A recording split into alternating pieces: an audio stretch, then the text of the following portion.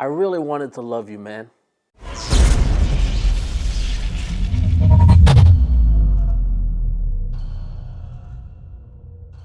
What is up, everybody? James Jackson here. I'm back again with another video. If you're new to my channel, I do gear reviews as well as tips and tricks of the filmmaking industry. So if you like the content here, please make sure to subscribe to the channel and hit that bell so you can stay up to date on all the content going forward.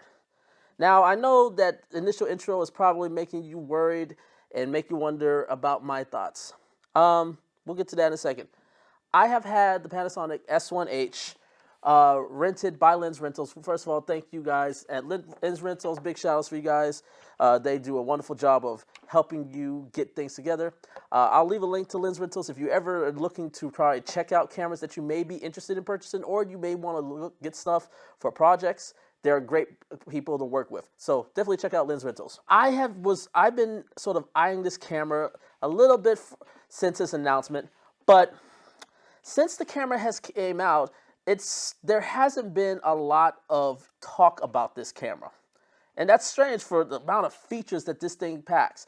The amount of abilities for video, especially for video shooters who've been looking for a serious, DSLR mirrorless style camera to deliver the video qualities and video specs that they've been looking for. And a lot of the footages that I've seen of the S1H online, I wasn't that impressed with it.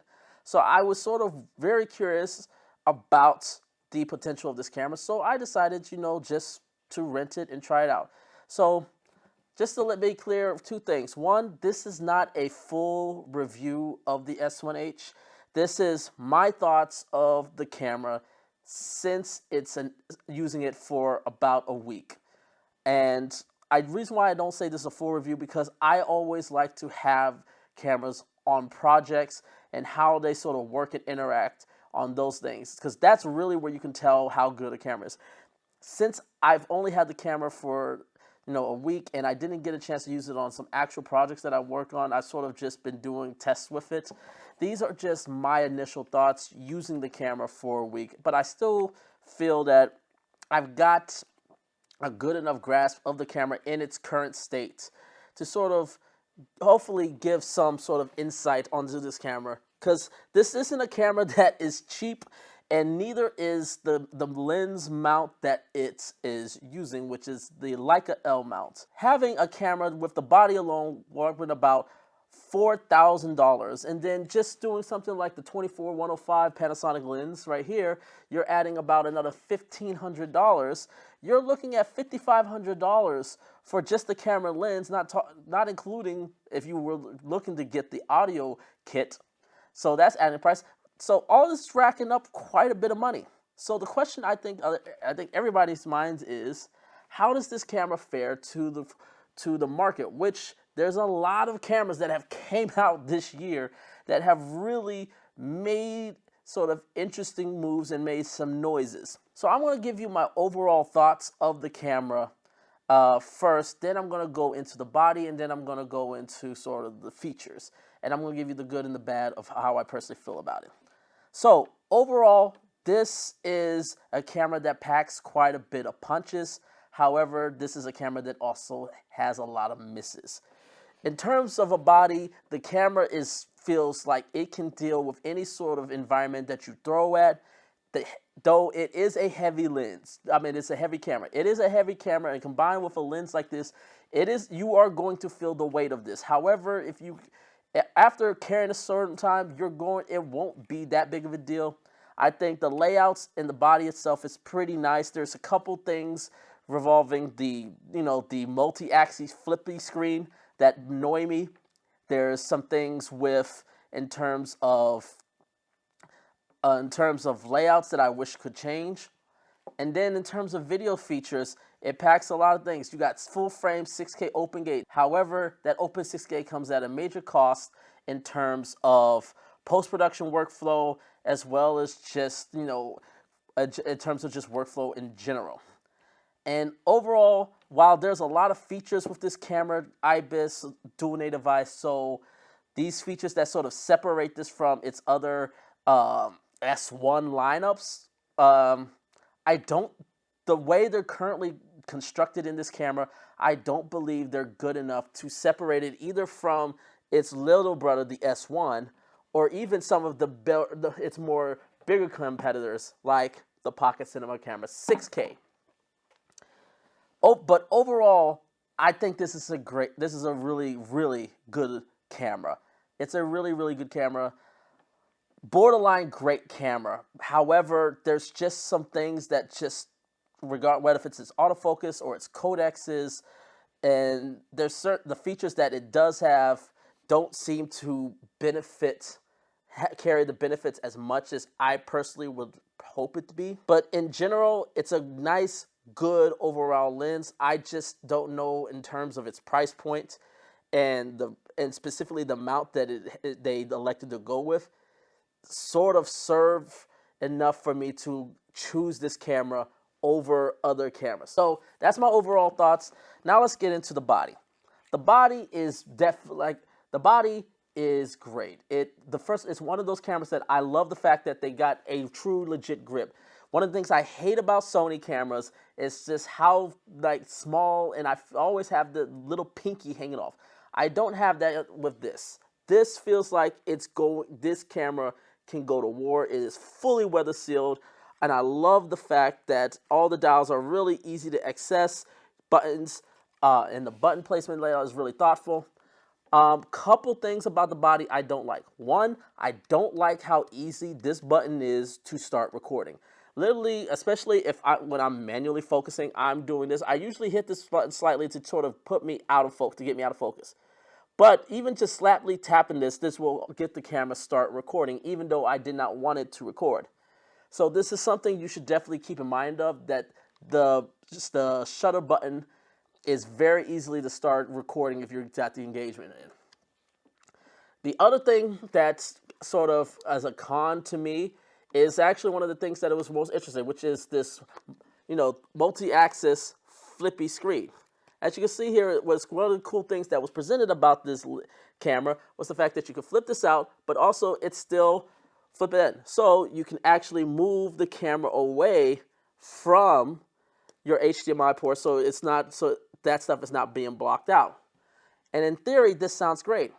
The only problem is that every single time I have turned this camera on, and I'll show you right here, and ignore the memory because I took the memory cards out. But as you can see right here, the screen is upside down. Once you pull this out, the screen, even if you flip it this way, the screen does not rotate and it flips upside down. So you have to put it back here in order to get the image to be properly oriented, which to me kind of defeats the purpose of what's the point of having this to get away from the HDMI cords and your cords if you have to put it here in order to use the screen this way. So hopefully this is something Panasonic can fix. I think this is just simply a firmware fix. So I don't think this is a big deal, but it's just something you do need to consider looking at. One of the things I definitely love, I love the fact that you got all your information up here on the screen. I love the fact that it's also back illuminated, so you can do it light in nighttime. Another thing that I truly do love is with the display. You can have it like your traditional sort of look, but then you can switch it and have it go to sort of more a style that's very similar to the VariCam lineup. So you get all the information here, and this sort of behaves more so like a place to get your reference in terms of all your information, your frame rates, your shutter angle, your iris, etc., etc. The only thing I wish it would do is that it would give me the option to view this as well as look in the EVF. And the cool thing about the body is, in this format, you can literally go to ISO and start change the ISO how you want. You can go to the shutter angle, change the shutter angle. You can go to your iris, change the iris. White balance, your log profile, change the log profile if you want to. So I think the only thing you can't change is the frame rates, which you have to go into the menu. But to get that much control over, you can even go into the audio settings and adjust your audios that way. So That's a really, really cool thing to do. So just from this menu system, I love it. Now let's go into the video features. You know, this thing is packing in terms, again, this is a video channel. I know there's a lot of things great about it in terms of photos, but that is not what this is for. And that's not what most people are looking at this camera for. A lot of people are looking at this camera for its video features. So let's talk about it. So the first thing I will say that is clearly an overall clear winner is the image quality. The amount of options that you have with this camera in terms of video recording is insane. And in fact, it's a little bit overwhelming and too much to my hand. I do like the fact that Panasonic offers you a way to sort of set, you know, look for the options you're looking for based on frame rates, based on, you know, based on what is available in terms of HLG, based on the resolution. So it gives you all of those options to let you find exactly what you're looking for. And also, in addition to that, you can create your own little quick list that you can just go in and grab those recording options. And I love that about that. In terms of image quality, overall, especially with the 4K and the 6K options, they're pretty damn good. They're really good. They're great. They're really, really, really good images. I know I've made a attempt that color science is not a big thing, and it isn't. At this point, color science is not that big of a deal, simply because, especially when you're talking about working with 10-bit, which a lot of these options, even in the the 420 options, you still have a good 10-bit option for almost every sort of resolution that you can need. When you have 10-bit and you have log, the color science really doesn't matter. However, what I will say is, if you're just trying to do quick turnarounds, have the Vlog LUT and then the LUTs that is provided by Panasonic. Just using that and dropping that there, I will say this, it is probably the easiest I've ever worked with.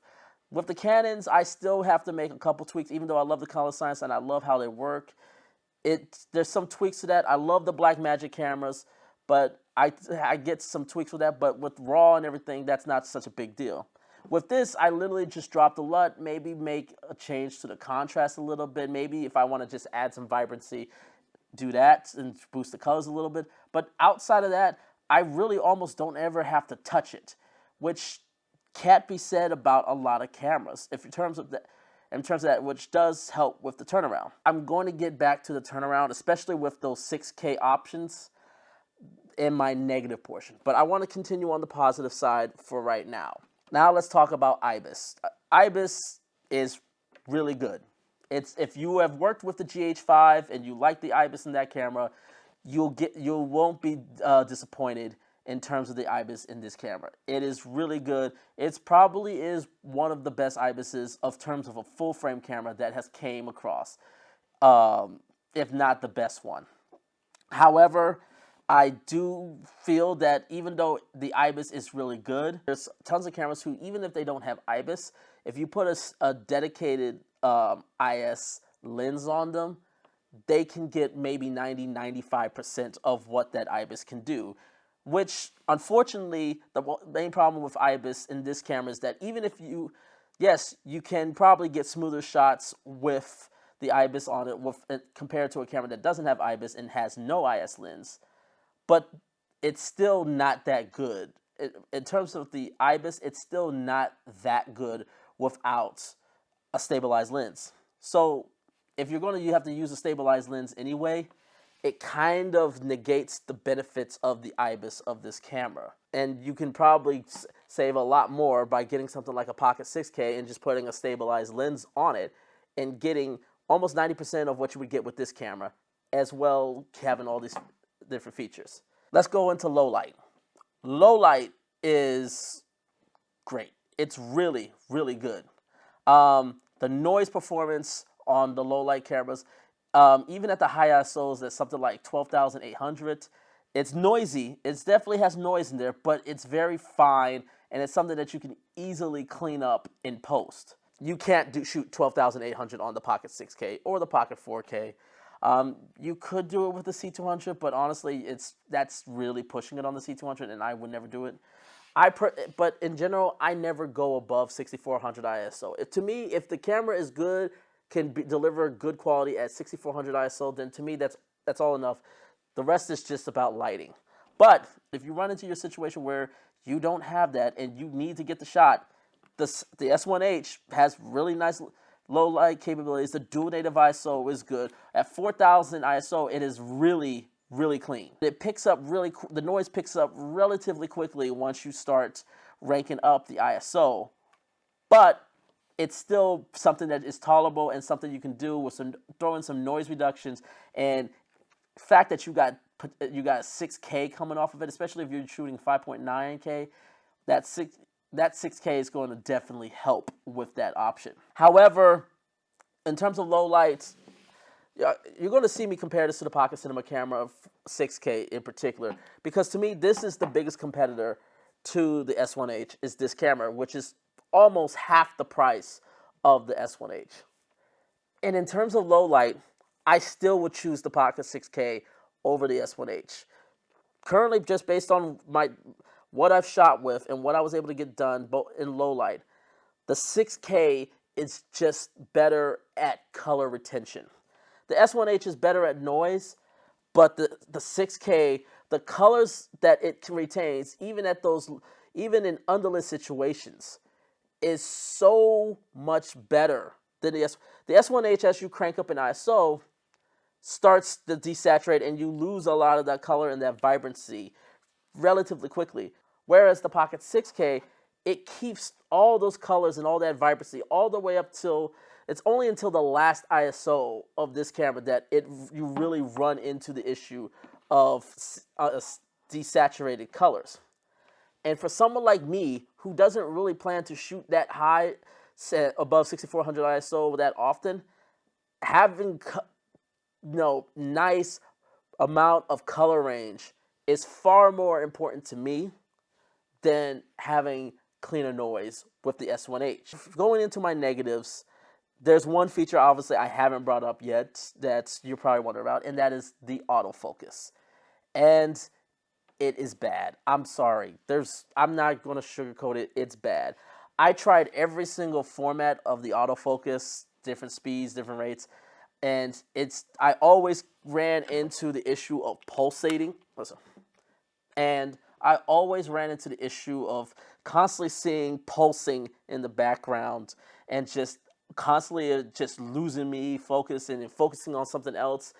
Face eye detect it's only okay if you're the only person in shot. If anybody else is in shot or you're sitting with somebody else, it goes crazy and it can't figure out what it wants to do. And that's a problem. And I personally just feel like until Panasonic gets it through their heads that, I know they're like their DFD contrast detection focus, but you got to move to phase detection. Even DJI with their Osmo Pocket has moved from contrast detection to phase detection autofocus. The cases, and there's just too many cases one after another that show that the autofocus of contrast detection does not hold up in terms of video, a video spec, does not hold up to phase detection, as well as especially not dual pixel autofocus. Like right now, I've done vlogs where it's just sitting me and it would just lose me, or it would just constantly hunt for focus if I was just to have the tracking mode on. I've had the C200 on right now. It has its face only detection on at the moment, and it has not lost my focus one time. And this is sort of a major disappointment to me. I know autofocus is for everybody is not a big deal, but for a camera like this, where it's clearly aimed to also try to be a minimalist camera, try to get everything done as possible, not having good autofocus is a definite setback. I will say this, in terms of manual focus, and I forgot to put this in my positive, and I do apologize. I love the manual focus assist feature on this camera. It's not the VariCam focus assist feature, but what's cool about this one is if you set it to go into throw distance, it is still focused by wire, but what's really cool is that you can set it in manual focus where it will show you how many feet where each of the focus distance is going to be. it actually gives you numeric numbers. It doesn't just have a picture on one and a picture on another, which I always thought was stupid, didn't make much sense. This, however, will get you be able to sort of pull focus a lot more accurately and sort of be more smooth about it, and allows you to estimate the focus a little bit much better. So it is one of those. The manual focus I do love. The autofocus I hate, which leads me to the biggest cardinal sin of this camera, and that is the codecs. As I mentioned, the image quality is great. It's crisp, it's sharp. If you love crisp and sharp images, if you want that gives you that punch to it, this camera has it. The main problem with it is that for those 6K files, they're HEVC in 10-bit 420 long GOP. And outside of maybe Final Cut that's able to handle those files, it is a pain in the butt to try to work and edit with those codecs. Literally, as soon as I drop it into Resolve or Premiere, the entire program just freezes. And I have to basically render it. Anytime I made an adjustment or edit to it, I had to wait for the render to go through in order to actually do something with the files. To put example, that first if you saw the first sample footage I put together, it's maybe 2.5 minutes long. Usually a video feature like that would take me 30 minutes in Resolve with either the Pocket Cinema Camera 6K or my C200. It would take me 30 minutes to put a video like that together. For the Open Gate 6K files that I had with the S1H, it took me 3.5 hours to edit that whole feature. And that to me is just not good enough. Now granted, this is new, I get it. A lot of programs will eventually catch up and the process will be much better. And I agree. But in its current format, the codecs are just unbearable. I have to convert them into ProRes in order to make them functional in editing. And converting them to ProRes takes hours to transcode them, especially if it's a long format like I do with my other series, The Mandalorian, which, by the way, if you haven't been watching, we do reviews of The Mandalorian every Friday at 8 p.m., so make sure to check out D.Luminous TV to see my recap of that show. But that's the biggest thing to me that's holding back this camera, besides the mount. I've never was a fan that Panasonic went with the L mount. I get it, like as their partner, they've been doing a lot of they do a lot of work with their Micro Four Thirds lineups, so it made sense to go with the Leica mounts. However, the selections currently for the L mounts is not that inspiring. This is a solid lens. Look, this is a solid lens, but it's a heavy lens. And the price for this lens, just to me, and the weight for the weight and everything comes in, I don't know if it's worth. But the thing is, this currently right now, outside of the extremely expensive Leica lenses, this is the only lens right now that has IS available that would make you get benefit of the dual IS with the lens and the in-body image stabilization. So this is definitely a lens that you want to see. It's a great lens. It does what it needs to do. It's a 24 to 105 f4 lens. If you work with one of those, it's pretty much the same. It's a good, solid lens. Overall, what I'm trying to say here is the camera is great.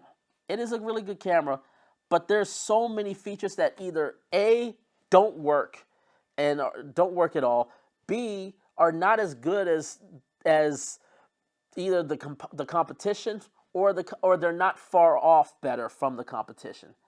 And then C, the codecs of the main features of this camera are really almost unusable or unworkable in a workflow, at least in Resolve and Premiere. Final Cuts, I know Final Cut tends to do a lot better, so if you're a Final Cut user, you probably are going to have better benefits working with those codecs than people like me who works primarily in DaVinci Resolve. But I have had constant issues where it just freezes and I just have to wait for the rendering to complete in order to even edit. And I can't work like that. If people need to understand, HEVC is a great codec for delivery. It's not a great codec for editing. And I think I fear that too many camera companies are going to look at HEVC as a way as an acquisition than what its intended purpose is, which is for delivery. You should look at cameras that, like the Pocket Cinema Camera 6K, which works with ProRes. Bigger files, yes, but it's codecs that work with any platform.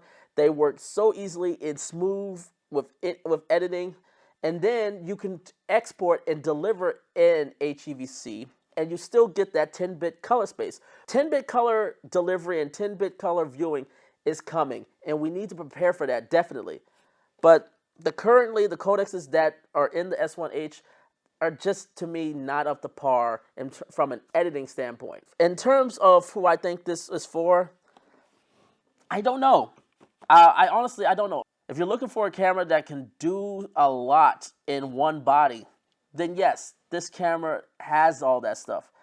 However, I don't know if I'm looking at all the other cameras and out in this market, and I don't know if all the stuff that it adds to it benefited. Pocket 6K, the 6K will be able to give smooth stabilized lenses even without having IBIS, perfectly fine. The image quality to me is still better on the 6K than the S1H. The low light is better on the 6K and the 4K than the S1H. The fact that this camera can do 6K 60 frames per second, 6K 50 frames per second using the full sensor readout. This camera only can do 6K 24 or 30p, and that's it. That has no option for 6K, and it has a weaker codec. And also, you can't even go to ProRes to try to do that, to try to get those 6K options. You have to wait for Atomos and Apple to deliver ProRes RAW to get probably better editing workflow. And again, that's even, you have to wait to see if you're not a Final Cut user like myself. You still have to wait for the codec to be available for other platforms like Premiere or Resolve. And I don't know if it's going to come to Resolve at any time soon. And I've pretty much only used Premiere as a last resort because it's just, to me, at a point that has not become stable enough for me to warrant sticking with it. It's a great camera. I just, at this point in time, there's too many other competitions in this market that I personally feel is better, especially to the fact that it's $4,000 and you gotta still add the other lenses. Whereas the Pocket 6K is almost half that price and still has the better image quality overall, and the features that in it that sort of would give it beneficial over the 6K are really not that, are either not that good or it's not as good for me to overlook a camera like this, which is an amazing camera. But this is my thoughts on the S1H. Let me know what you guys think about it. Please make sure to leave a like, leave a comment below, and make sure to hit that subscribe button. And until next time, take care, everyone.